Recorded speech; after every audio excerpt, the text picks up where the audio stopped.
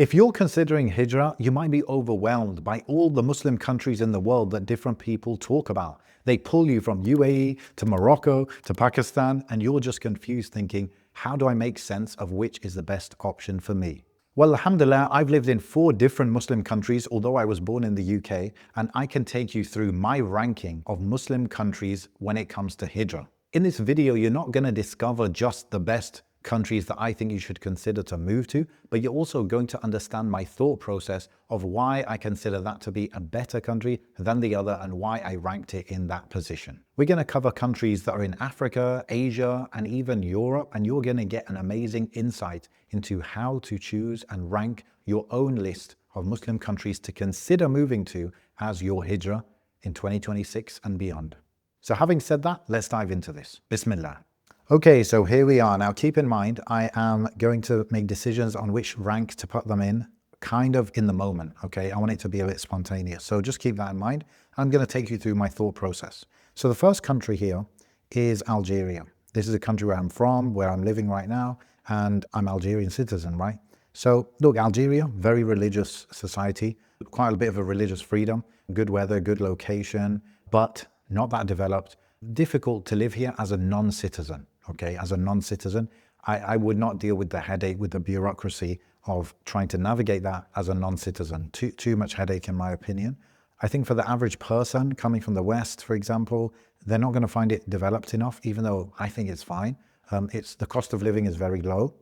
So if you're earning from abroad, it would be very reasonable to live here. But just because of that issue with residency, I think it's a hard place to come as a non-citizen, non-local. I mean, just to get a visit visa, you have to go through a whole process. So I'm going to put on C tier because I'm assuming you're not a citizen of Algeria. Quick one, if you're serious about hijrah or you've already made the move and you're thinking, wow, this is a bit harder than I thought, then you've got to join our free community. In it, we push each other, we help each other, advise each other, and share all the secrets that we've learned on the journey. So if that sounds like your kind of thing, then click the link in the description and join right now. Okay. Moving on, Malaysia. Malaysia, the first thing I think of with Malaysia is amazing people. Very kind, very nice people. It's not a majority, it might be majority Muslim, but it's not 100% Muslim like Algeria. The residency, I think it's not too easy. I think it was easier in the past. It's not too easy to just go there and live there. You can do the nomad visa, but I think there's a cap of 2 years on that. Beyond that, you might gonna need to bring a bit of money. Religious-wise, I got a lot of comments actually on one of my videos mentioning specific areas of Malaysia where you might want to live if you're looking for a more religious area with more Malays who are, the Muslim population of Malaysia. It's a developed country, especially at least in the Kuala Lumpur and I think Putrajaya region. I don't know about the rest, but it's developed. The location is a bit far from a lot of where you might have been born and raised, whether it's Europe, US, etc. It's a bit far out. So it's going to have to be, if you can get around the residency issues, that is, I'm going to put an A tier. Maybe at the end I'll reshuffle some things, right? Next we go to Bosnia. Bosnia and Herzegovina. Now this is a country in the Balkans in Europe, southern Europe, close to pretty much Turkey and Greece and stuff. It has about 50% population are Muslim, and the climate and the culture, etc., is going to be kind of similar to Turkey for most of us outsiders who are not Turkish. Of course, you might say, oh, but this is different, okay? The thing is, I don't think many foreigners come to live here. I don't know if there's too much going on here. I don't know if, there's much dawah and religious activities here, although the average Muslim here might be, fine, chill guys, right? It might be more like a retirement location, you know what I mean? And when it comes to residency, it's probably like easier than Turkey, but because of the reasons I've just mentioned, the cost of living would probably be lower than Turkey as well. I'm going to put it in C tier for now. Yeah, I think so. Because I'm also thinking of like the activities and things going on. Because you don't want to just live in the middle of nowhere and yes, I'm Muslim and oh, there's a little local masjid. I think you should aim for more than that in terms of contribution and what you're going to do with your life, right? And how you're going to interact with the society. And Bosnia would probably be a society where there's not too many foreigners. And so it might be hard for you to like integrate with the people there. Next is Albania. Now, this is just what I've heard. I think there's a little more going on religious-wise in Albania, but I don't know. I'm a bit ignorant on this country. My knowledge of it is similar to Bosnia, and I think it's quite similar to Bosnia. I heard, is this the country that might join the EU soon? If it joins the Schengen zone, that might be interesting.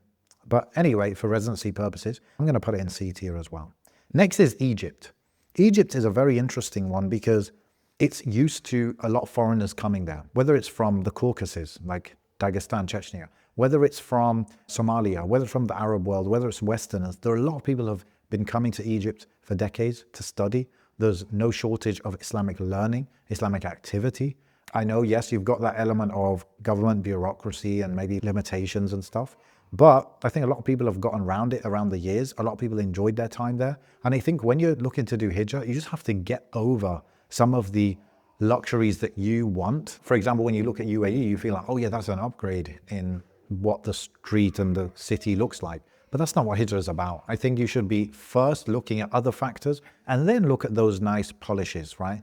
And Egypt has plenty of nice places anyway, if you can afford it. The cost of living is low.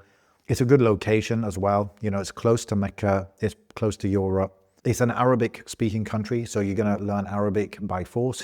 Your kids are going to grow up in that environment. And if you want like that kind of to mix with Westerners or Somalis or whatever, wherever you're from, you have that element as well as the wider Egyptian society. So I'm actually going to put Egypt on, I think it's up there, man. And we don't live in Jannah. Nowhere's perfect, but there's S tier. There's no Jannah here, but there's S tier. Next is Morocco. Morocco, I think, is the clearest option in North Africa, right? If you're not a citizen of those countries in North Africa. It's an Arabic-speaking country again, so you're going to have the exposure to Arabic. You can learn Arabic. The people are very welcoming. The general culture is quite Islamic, quite religious. I know that there are shiuch and stuff that do public classes, and so that's something you can get involved in once you've got the language on smash, of course. The location is amazing. The climate is amazing, of course. The cost of living is good. I think it's good value for money. Like the cost and the development level, there's a bit of a separation. So it's cheap for the development you have, at least what I've seen in like Tanja, right? Which is probably one of the most developed cities. Residency wise, it's going to be accessible because it's a very open country. It's got the World Cup coming up and all of these things mean that it's going to be on the easier side. Of course, there will be some bureaucracy, kind of like Egypt. So I might have to, this is crazy as an Algerian, but putting nationalism junk aside, I'm going to put it as S tier for now as well. Okay, moving on to Saudi Arabia. Saudi Arabia, of course, it's got Mecca, Medina. That puts it in S tier automatically. Now the question is there anything that takes it out of the S tier? It's got the Arabic language, great. I think the residency situation is a bit sticky. From what I know, it's not like UAE, like other Gulf countries where you can go set up a free zone company, you can sponsor yourself, and you could get 2 to 3 year residency permits and kind of renew that as long as you can afford to do it, to renew it. It's not like that, it's not as straightforward. That might take it down. Likewise, the general policies and the direction that Saudi is going in, is that going to be an issue for you in terms of a religious environment, in terms of access to knowledge and stuff like that? I think it's not there yet, fully, Yani, but it could get there in 5 years, who knows?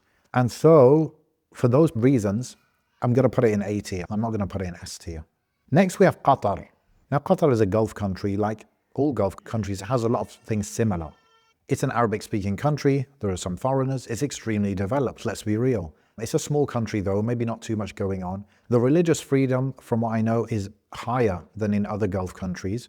You got the same climate as the other Gulf countries and stuff. I heard recently that there is an option like for the whole free zone company, and then you can sponsor yourself from it. So residency could be quite stable if you can afford it, which is always a question, right? Like in 10 years and you can't afford it, let's say you have a bad year, will you have to then leave the country you've been living in for 10 years? It has a bit of that societal division where the locals might not mix with the foreigners and each foreigner kind of splits into their own groups, which occurs in most Gulf countries. So for that reason, I'm probably going to I'll put it B tier, I'll put it, and of course it's your personal situation will impact these rankings as well. Next is Turkey, the country that I lived in for 4.5 years, had a great experience. I think it was largely down to the neighborhood specifically that I was living in. The climate is great. There is activity going on, whether it's volunteering for some of the charity organizations. There is some knowledge going on. Ramadan was very active with different people leading different prayers in certain neighborhoods though, like Başakşehir, for example, in Istanbul. If you're not living in that kind of enclave, isolated like one neighborhood where there's a lot of foreigners and etc.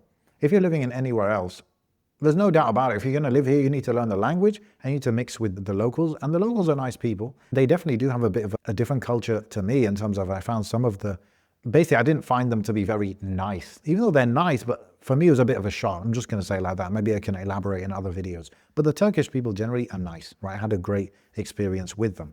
Now, the residency is difficult. Unless you got the cash for the citizenship or property, 200K for the property dollars, that's going to be difficult.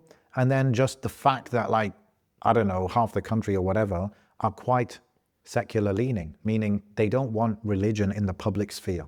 If you go to the masjid, that's fine. If you have a beard, that's kind of fine, but keep your religion to yourself and we'll be fine. There's a lot of people like that. And then you've also got the racism element, the anti-foreigner element. So these are the two things that bring Turkey down in the rankings. So it can't be S tier, that's for sure. Would I put it A or B tier? This is the question.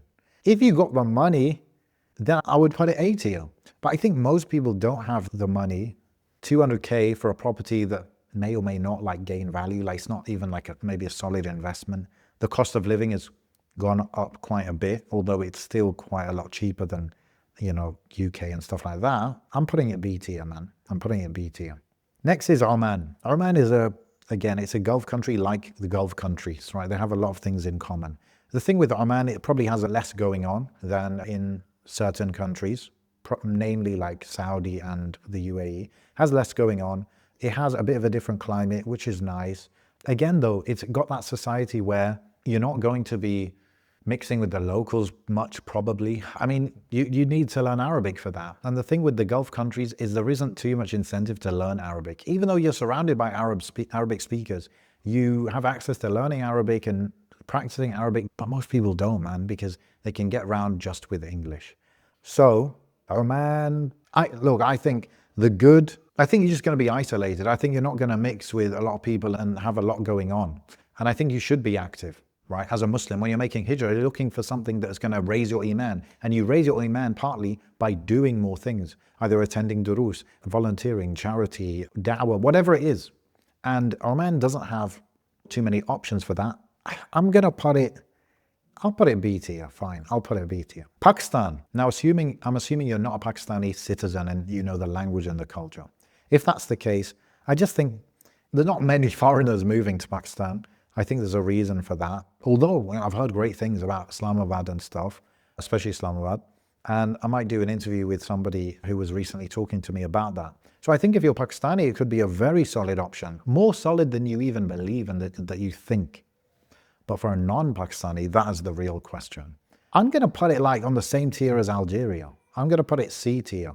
So it's good if you're from there. It's not the most developed. There might be bureaucracy. But if you're from there, it's good. But if you're not from there, it could be difficult. Not many foreigners, etc. So I'm putting it C tier.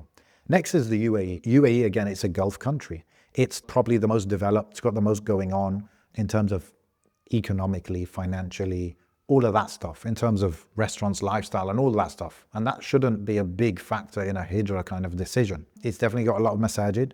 It has some level of lessons and stuff going on. Although there's many foreigners, so many foreigners there, usually most of them are still Muslim, but compared to the other Gulf countries, I feel there's more of a bit less of a dominance of Islam compared to other Gulf countries, especially if you're in Dubai. And it's just got all the same issues that Gulf countries have in terms of the society split up. And I think that's important. Like if you go to a country where there's one society, you can just integrate into that society and then you can get on with things. But in countries in the Gulf, it's just a different setup completely. The UAE is also one of the more expensive countries in the Gulf. Well, the most expensive in the Gulf. I'm going to put UAE. It's going to be like, it's a good stepping stone, you know, for a lot of people just to get out of whatever country they're in that they're comfortable in. When they look at UAE, they're like, yeah, I could see myself doing that. I don't have to learn a new language. Everything is quite convenient and easy.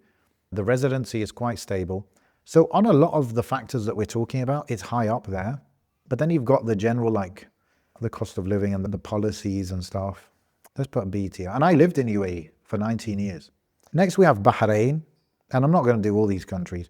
Bahrain, just to make it quick, I think Bahrain's similar to Oman. It's not, there are things different about it. But in these factors we're talking about, I would put it same as Oman and Qatar and stuff. So I'll put it B tier. Next is, I just picked one of these countries, Central Asian countries like Kazakhstan. I think Kazakhstan, the people unfortunately have been pulled away from Islam for a long time, and so they need to come back to it. The climate is probably crazy, even though I've never visited. Residency-wise, I don't know what it would be like over there. I haven't done my research. I'm a bit ignorant of this one, I'm not going to lie. But I feel like if you went there, it would be more like you doing dawah rather than you going there and them lifting you up. So I'd maybe put it D tier. Next we have Syria with the old Syrian flag.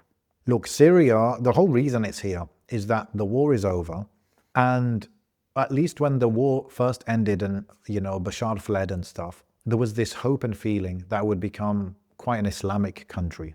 Now, the jury's out on that. What exactly is going to happen? However, there are a lot of da'wah happening on the ground. There's a lot of lessons you can attend, a lot of shiur, especially in Idlib, in Damascus. These are the two areas you want to consider. So it's good in that sense. The average Syrian is Muslim in the end, but the security situation is not the best. It would be a compromise. Development-wise, it's not going to be that developed. They just had years and years of war and demolition. Even electricity is an issue. So if you were to go to Syria, it would purely be because of the Islamic element. So the question is the Islamic element there to that level where it would go somewhere quite dangerous? That's a big question. But I think for most of us, we would put it depends, wallah, on really the Islamic element. But I heard the dawah is extremely strong. So we put it C tier. And the last one I'm going to do is Jordan. Now, Jordan is, I don't know, man. I kind of see it kind of like Egypt, It's a much smaller country. It's less known for the knowledge and the teachers and all that. Less foreigners go to live there. I think there's a bit less activity, religious activity going on there.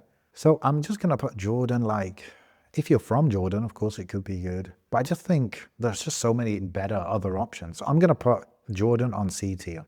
Okay, are there any other countries we want to cover? You know what, to end off, we'll do a rapid fire, some countries that I see here. So Indonesia, I would put it at, look, Malaysia is A tier. So maybe Indonesia would potentially is B or C tier. I don't know. I'm too ignorant of it. The residency, I think, is actually easier than Malaysia. But there's just going to be maybe less foreigners living there unless you go to Bali, and you probably wouldn't want to go to Bali for Hijrah. And therefore, you're going to have to integrate into the local society. You have to learn the language and all of that. It's a bit far out. The cost of living would be good, though. I'm actually talking myself into putting it in B tier. So maybe Indonesia, B tier. Libya. I have a friend who moved to Libya from the UK/Turkey. And he wasn't loving it, but he's just happy that it's very religious, conservative society. It's not that developed. It's not crazy comfortable. It's very cheap, though. I mean, electricity is pretty much free. Free as in you literally don't have bills. The government just covers it for you. But you wouldn't go there unless you're Libyan. I think the same goes for Tunisia. If you're Tunisian, it's an option for sure. If you're not Tunisian, it's not worth the headache. What other country could I go for here? I want to talk about stuff I don't really know about. So, Somalia. Okay, let's talk about Somalia. Honestly, I've heard a lot of good things about Somalia. I think if you're Somali, it's a solid option. If you're Somali. If you're not Somali, it's probably going to be closer to C tier. I literally have not heard of any non-Somali moving to Somalia. It does have a war going on. That's a factor. And I don't think there's many foreigners there as well. So that's a factor. So maybe it'll be like C tier or something. So that's my ranking. Let me know what you think. I know there's going to be a lot of opinions and comments. Remember, I was doing this off the top of my head. I didn't want to overthink it too much. And so there might be things that I shuffle around later on if I was to really think through it. But this is my, quick fire kind of opinion and ranking of these countries. Let me know what you thought, of course. And if you're interested in the top 4 countries that I would consider to do hijrah to, then watch the video on screen right now because I go through them in more detail.